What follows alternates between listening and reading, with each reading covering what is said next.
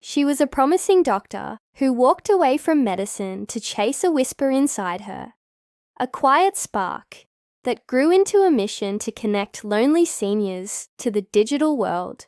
What started as a simple idea became a movement that healed more than just bodies. But could she survive the burnout and doubts threatening to extinguish the light she had fought so hard to ignite? The first time I felt like I was drowning, I wasn't in water. I was standing in the middle of a crowded ER, fluorescent lights buzzing overhead like angry wasps. A trauma patient had just come in, blood everywhere, and I stood back, watching, as seasoned residents moved in synchronized urgency around the gurney. My hands were clean, too clean. I hadn't been asked to help. 3 months into my intern year at one of the most competitive hospitals in the country, I was supposed to feel accomplished. Instead, I felt invisible. But let me back up, because this story isn't about a single moment. It's about slow erosion. It's about the quiet things, the pauses, the sighs, the unanswered questions that wear down even the strongest stone. My name is Olivia Chen. I'm the daughter of 2 first-generation immigrants who sacrificed everything so I could wear that white coat. My father is a cardiologist. My mother is a molecular biologist. Achievement was not optional in our house. It was oxygen. I was raised on late-night textbooks and perfectly sharpened number 2s. At 13, I could explain Mendelian genetics better than my biology teacher. At 16, I was shadowing my dad in the hospital, absorbing the clipped tone of surgeons and the reverent silence of nurses when something miraculous happened in the OR. I told everyone who asked that I wanted to be a doctor, and maybe, for a while, I did. Or maybe I just didn't know what else I was allowed to want. Medical school came with its usual crucible of stress. There were nights when I lay awake, palms sweating, convinced I'd fail out over a misplaced decimal. But I made it. Magna cum laude. Residency offers from top programs. I chose Seattle General, mostly because it was the farthest I could get from my childhood home without crossing an ocean. But the first week of residency, something shifted. The adrenaline didn't excite me. It drained me. Every shift felt like treading water. I was good at memorizing, at performing, but I couldn't connect. Not with patients, not with peers, not with the work. One night after a 14-hour shift, I sat in the locker room and cried. It wasn't the kind of cinematic cry you see on medical dramas. It was quiet, dry-eyed, almost clinical. I stared at my reflection and whispered, "What are you doing?" I lasted another 6 months. I kept showing up, wearing the mask, but inside, the hollowness grew. The final straw came during a routine night shift.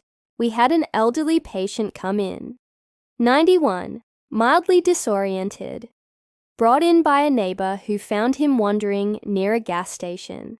I was tasked with taking his history. He stared at me blankly when I asked about medications. He couldn't remember the names. I pulled up his chart, and it was sparse. No recent visits, no family on record. He had a flip phone so old, I wasn't even sure it had text messaging. And when I asked if he had a health app or any digital ID, he blinked and said, "A what?" That moment, simple, forgettable to anyone else, hit me like a punch. We design systems that assume everyone speaks our language. They know how to download apps, that they have someone to help them. But what about the people who don't? I helped him the best I could that night, got him admitted, contacted Adult Protective Services. But after my shift, I sat in my car for 30 minutes, keys untouched in the ignition, and I thought, there has to be another way to help people. 2 weeks later, I turned in my resignation. My father didn't speak to me for a month. My mother sent carefully worded emails asking if I needed therapy. I moved into a tiny studio apartment above a used bookstore. For the first time in my life, I was unmoored. No schedule, no plan, no title, but also, for the first time, I could breathe. One morning, I watched a woman in her 70s struggle at the checkout counter downstairs. She was trying to use her phone to scan a digital loyalty code, but her hands trembled and the app kept freezing. She apologized profusely. The cashier, barely 20, looked annoyed. I stepped forward and gently offered help, showed her how to close background apps, turned off her Bluetooth to speed things up. She looked at me like I'd performed magic. "You should teach this stuff," she said, smiling. A seed planted. That night, I opened my laptop and bought a domain name, elderbright.org. I didn't know exactly what it would be yet. I just knew I had found something that mattered. Not glamorous, not life-saving in the ER sense, but important, a new kind of medicine. There's something electric about the moment you realize you've found your purpose. Except, in my case, it wasn't a jolt. It was a quiet spark, a slow warmth that started deep in my chest and spread until I could no longer ignore it. After launching elderbright.org, I didn't expect much. I had no followers, no nonprofit status, and no backing, just an idea to bridge the digital divide for the elderly, one gentle step at a time. The website was bare bones. A single landing page, a sign-up form for free tech support, and a contact email. I advertised my services on community bulletin boards, at the public library, and in local coffee shops. Digital literacy sessions for seniors, one-on-one or small groups, free. The first 2 weeks were silent. Then came a call. "Is this Olivia Chen?" "Yes. I saw your flyer. I'm not very good with these phones. Can you help me with the WhatsApp?" Her name was Mrs. Rodriguez, 78 years old, living alone in a small home just outside the city. Her daughter had moved to Texas. Her grandson sent photos, but she didn't know how to open them. She wanted to reply, to send a message back, maybe even a voice note, but it all seemed impossibly complicated. I packed my old laptop and walked to her house the next day. The living room smelled of lavender and faint cinnamon. She wore a pink cardigan and shuffled slowly to the door. For 2 hours, I sat beside her and explained what icons meant. I showed her how to pinch zoom, how to send emojis, and how to record a short voice message. She laughed when she heard her voice played back, blushing like a schoolgirl. By the time I left, she had sent a photo of her crocheted table runner to her grandson. The next day, she called again. He replied. He said, "Wow, Abuela, you're a tech wizard." Her joy lit up something inside me. Word spread, slowly, then all at once. Mrs. Rodriguez told her church group. The library called and asked if I could host a free workshop. A retirement home invited me to teach a weekly class. Soon, I had a calendar booked 3 weeks out. I didn't charge a penny. That wasn't the point. I lived frugally, funded by leftover savings and occasional freelance editing gigs. And every time I sat with someone, explaining how to set up two-factor authentication or navigate Medicare.gov, I felt more useful than I ever had in the hospital. But not everyone understood. My parents remained skeptical.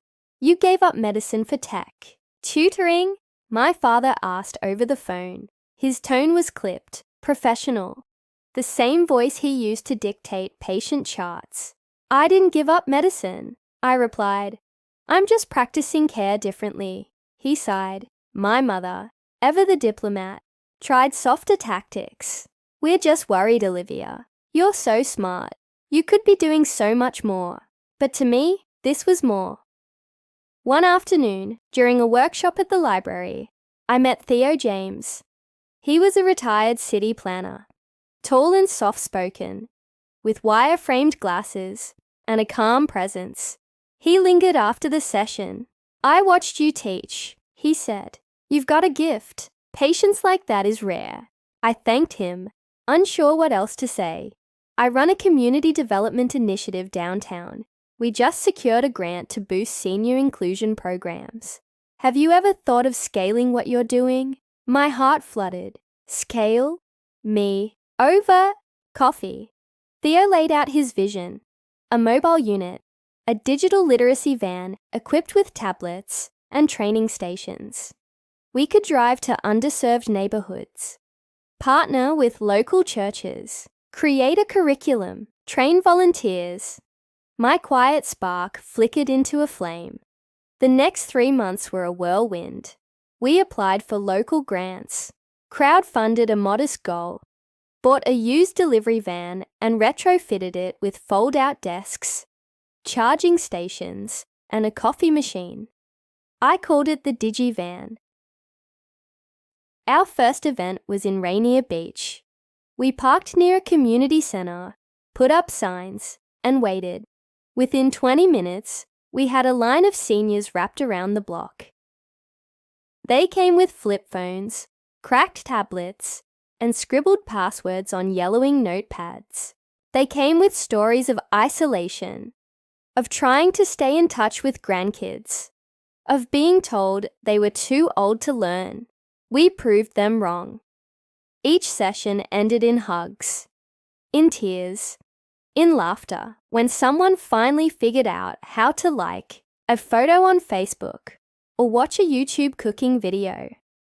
I trained volunteers, high school students earning service hours, former teachers, even a few of my old med school classmates who'd left medicine for more humane pursuits.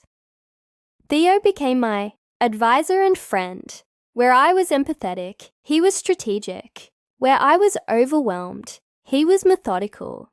Together, we turned Elderbright from a personal project into a registered non-profit. Media outlets began to notice. Local news ran a story titled, "The Doctor Who Walked Away and Found a New Way to Heal." It went viral. Emails poured in from other cities, from sponsors, from young doctors questioning their paths. But with growth came pressure. Our tiny team was stretched thin. Volunteers burnt out, the equipment broke. A donor pulled funding unexpectedly. I worked 16-hour days again, not in a hospital, but hunched over grant proposals and logistics. One evening I broke down, not in public, but in the back of the van, after everyone had gone home. My hands trembled. My breath came in sharp bursts. Theo found me there. I thought I left burnout behind. I whispered, "You did," he said gently. But passion without boundaries becomes fire that consumes. He was right. I needed help. Not just volunteers, but a team. Real infrastructure. So I hired our first employee, a program coordinator named Jasmine. Bright, organized, fierce in her advocacy.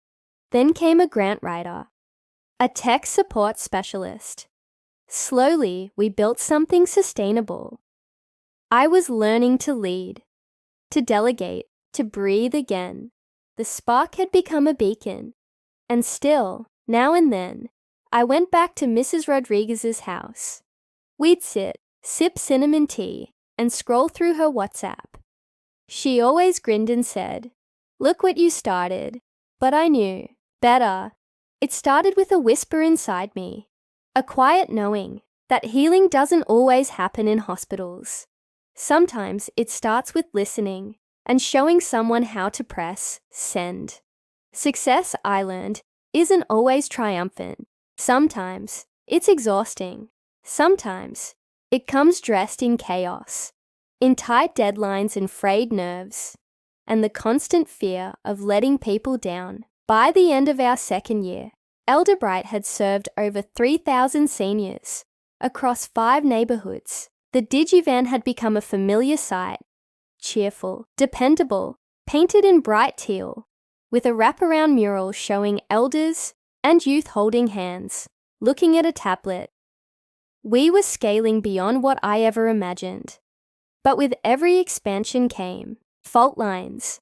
One of our newest board members, Rachel Linton, was a non-profit veteran with a sharp tongue and sharper ideas. She was effective, but her style clashed with my softer, community-driven approach. We need measurable metrics, she insisted one afternoon during a board meeting. Data, KPIs, efficiency charts. This isn't a hobby anymore, Olivia. We have major funders watching. I knew she was right, but every slide she presented, bar graphs, pie charts, projected growth trajectories, felt sterile. I missed stories. I missed Mrs. Rodriguez. I became someone I didn't recognize. Someone buried in spreadsheets. Someone negotiating partnerships with telecom companies instead of explaining how to reset an iPad. The burnout crept back. I ignored it. Theo noticed. You're glowing in headlines, but dimming in real life, he said one day. I laughed it off. Comes with the territory, right? But the truth was harder to admit. I had lost sight of why I started. One evening, Jasmine knocked on my office door. We have a problem at the Southside location. A volunteer forgot to log device serials, and we've lost 3 tablets. I sighed. Another crisis. We handled it, of course. But it was a symptom, not a cause. The real issue was that our foundation had cracks because I hadn't built it to scale. I'd built it from passion, not strategy, and passion alone wasn't enough anymore. Then came the scandal. One of our partner centers, unbeknownst to us, had misreported attendance numbers to boost their own grant eligibility. When the city audited them, our name was on the joint sessions. We weren't complicit, but we weren't clean either. Media outlets pounced. Tech charity for seniors under scrutiny. I froze. I felt responsible. I should have seen it coming. The board demanded damage control. Rachel wanted me to step down temporarily. Theo argued against it. We held a tense meeting. I listened as voices rose. Loyalty collided with liability. Finally, I stood.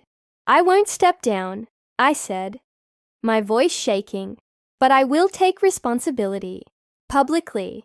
I drafted a statement. I called the affected families. I cried through every conversation, and in doing so, I rediscovered something. Leadership isn't about being perfect. It's about being accountable, being human. In the weeks that followed, we rebuilt trust slowly. We instituted oversight committees. We reviewed every partnership. Our numbers dipped. Some funders paused support. But those who stayed stronger. And one afternoon, back at the library where it all began, a new senior walked in. Nervous, curious, she held up a phone and said, "My granddaughter says I need to learn the TikToks." I laughed. I pulled up a chair, because at the core, beyond the grants and graphs and growing pains, that was still my job. To sit beside someone, to listen, to teach, to heal quietly. Even as I built something big, I had to remember the small things that sparked it. The gala was held in a historic hall downtown. Vaulted ceilings, gold-leafed columns, and chandeliers that cast soft light on the crowd of donors, city officials, and social entrepreneurs. Elderbright had just been awarded the Community Innovation Prize, and I was set to give the keynote speech. It should have felt like the pinnacle of everything I'd worked for. But as I waited backstage, note cards clutched in my hand, I felt the familiar grip of anxiety. My parents were in the audience. After years of distance and restrained conversations, they'd finally agreed to come. I spotted them from behind the curtain. My father, rigid and unreadable.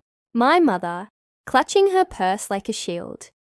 I stepped into the spotlight. Applause met me like a wave. but I barely felt it. I took a breath and began. I used to think healing only happened in hospitals. It required charts, scalpels, and white coats. But then I met Mrs. Rodriguez, and everything changed. I told them the story, not just hers, but of the hundreds of seniors who'd found their digital voice through Elderbright. I spoke of isolation turned into connection, fear into confidence. I didn't hide the struggle. I laid bare the sleepless nights, the doubts, the burnout. But what if, I said, voice firm now, burnout isn't the end of passion, but it's transformation. What if the fire inside us isn't gone, just waiting to be redirected? A pause, then a standing ovation. I found my mother wiping her eyes. My father stood too, slowly, clapping, still reserved but present. For the first time, I saw not disappointment in his gaze, but something closer to respect. Afterward, while the hall cleared out, I found a note tucked into the bouquet I'd been handed. It was written in my father's familiar, looping script. You found your own medicine. I'm still learning how to see it. Dad. I sat down on a velvet bench near the exit, clutching the card, my heart thudding.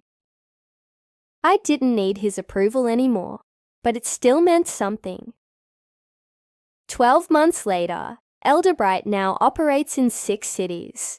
We had a network of trained digital mentors, a new app designed specifically for seniors, and partnerships with libraries and senior centres across the state.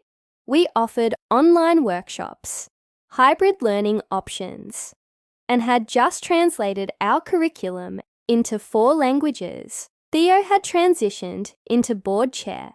Jasmine had become director of programs, and I, after many long conversations with myself, had stepped back from day-to-day operations. I am now focused on strategy, advocacy, and expanding our vision. Tech empowerment as a fundamental right. Sometimes, I still visited homes like Mrs. Rodriguez's. We'd scroll through her WhatsApp together, drink cinnamon tea, and she'd beam at the latest picture of her great-granddaughter. Can you believe this? She'd say, me, a tech pro. I'd smile and reply, you always were. You just needed someone to remind you.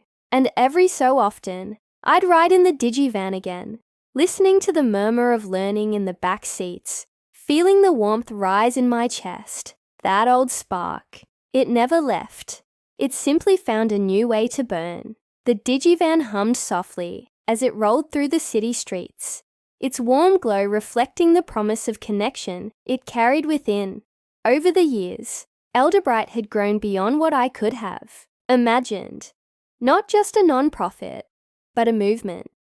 But every light has its shadows. In the months after hiring Jasmine and expanding our team, I realized leadership meant confronting hard truths, not just about funding or logistics, but about myself.